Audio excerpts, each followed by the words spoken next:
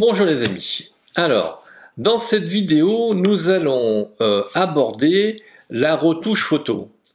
Retouche photo ou pas retouche photo. Systématique. A tout de suite. Les règles de YouTube ont changé.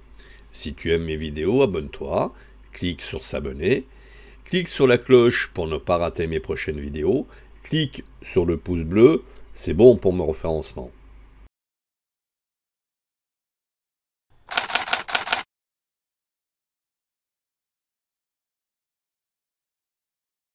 Bonjour les amis. Alors aujourd'hui, nous allons parler de la retouche photo. Je ne vais pas rentrer dans les détails de quel boîtier, quel logiciel utiliser. Non, je vais simplement aborder le fait de est-ce qu'il faut retoucher systématiquement ces photos ou pas. Alors, personnellement, j'utilise Lightroom, qui est sympa. C'est un logiciel relativement léger par rapport à Photoshop, que je trouve qui est une usine à gaz. Mais bon, ça c'est mon point de vue. Voilà, c'est fait. On passe à autre chose. Donc Lightroom est pas mal et permet de faire des petites retouches sympas. Vous avez aussi le logiciel intégré au Mac, puisque moi je suis en Mac. Vous avez le logiciel intégré photo. Vous pouvez très facilement, sans passer des plombes et des plombes dessus, sur une photo, j'entends, améliorer le contraste, améliorer un tout petit peu les couleurs, éventuellement la netteté. Au-delà, je n'irai pas plus loin. Tout simplement parce qu'à un moment donné, si on passe plus de temps que une petite minute par photo, c'est pas la peine. Alors Lightroom vous permet pour un type de photo de copier les presets. C'est-à-dire que vous faites, alors vous avez, ça ne vaut que pour une session photo où les conditions climatiques ou les conditions de lumière sont identiques. Par exemple, en studio, vous avez des flashs de studio, vous avez une lumière qui est constante, le modèle il change pas de couleur de peau, donc vous pouvez copier-coller les modifications, rectifications que vous avez fait à partir de votre première photo. Donc votre première photo est super importante. Vous modifiez légèrement le contraste. S'il y a besoin, s'il y a eu trop de lumière, vous baissez un petit peu la lumière, de façon à avoir une lumière un peu douce. Vous pouvez rectifier aussi la luminosité, s'il y a trop de lumière, et donc effectivement, là vous baissez la lumière. Vous augmentez ou diminuez en fonction de ce que vous avez augmenté ou diminué dans la luminosité.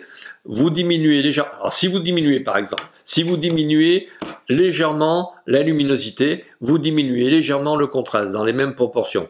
Voilà, en général ça se fait ensemble. Après vous avez éventuellement des petits grains de beauté, des petites choses, des petites taches, des petites ridules au niveau de la bouche, au niveau des yeux, quoique des ridules à ce niveau-là, au niveau des yeux, c'est quelqu'un qui sourit, qui est souriant. Donc des ridules à ce niveau-là, c'est une personne qui sourit souvent. Donc à la limite, personnellement, je ne les enlève pas. Les commissures des lèvres, oui, parce que ça peut être disgracieux. Je dis ça peut, c'est pas une obligation non plus. Donc là, une fois que vous avez fait ça sur votre première photo, vous copiez vos modifications et vous passez à la photo suivante. Si la photo est dans les mêmes conditions, vous faites coller, vous regardez, vous modifiez légèrement le contraste et la luminosité, s'il y a besoin, et ainsi de suite. Et là, vous faites tranquillement une cinquantaine de photos en 5-10 minutes. Voilà.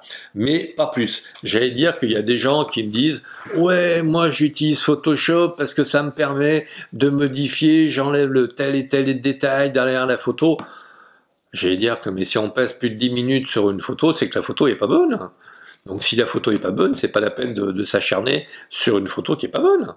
Elle est pas bonne, point. Je veux dire que ça peut arriver. Je veux dire que on a bougé, elle est floue.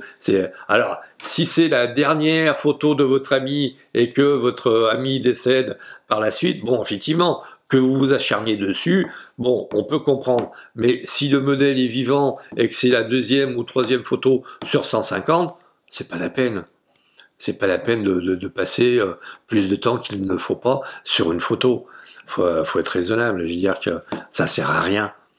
Donc, vous faites votre petite modification, vous copiez-collez les modifications que vous avez faites sur la première photo, vous collez ça sur les autres photos, et puis à chaque fois que vous avez des changements, eh bien, radicaux, eh bien à ce moment-là, vous copiez les modifications et vous les collez sur les photos qui ressemblent à la photo que vous êtes en train de traiter. Voilà, c'est ce que je fais, c'est la façon dont je procède, c'est relativement rapide. Et c'est indolore. J'allais dire que pour 150 photos, je mets un quart d'heure, 20 minutes, pas beaucoup plus. Pas beaucoup plus. Voilà. C'était quelques conseils au niveau de est-ce que je retouche ou je ne retouche pas mes photos. J'espère que cette vidéo vous aura plu. S'il vous a plu, n'hésitez pas à liker, petit pouce en l'air, à partager cette vidéo, éventuellement à m'aider sur Utip, et à très vite. Merci de votre attention.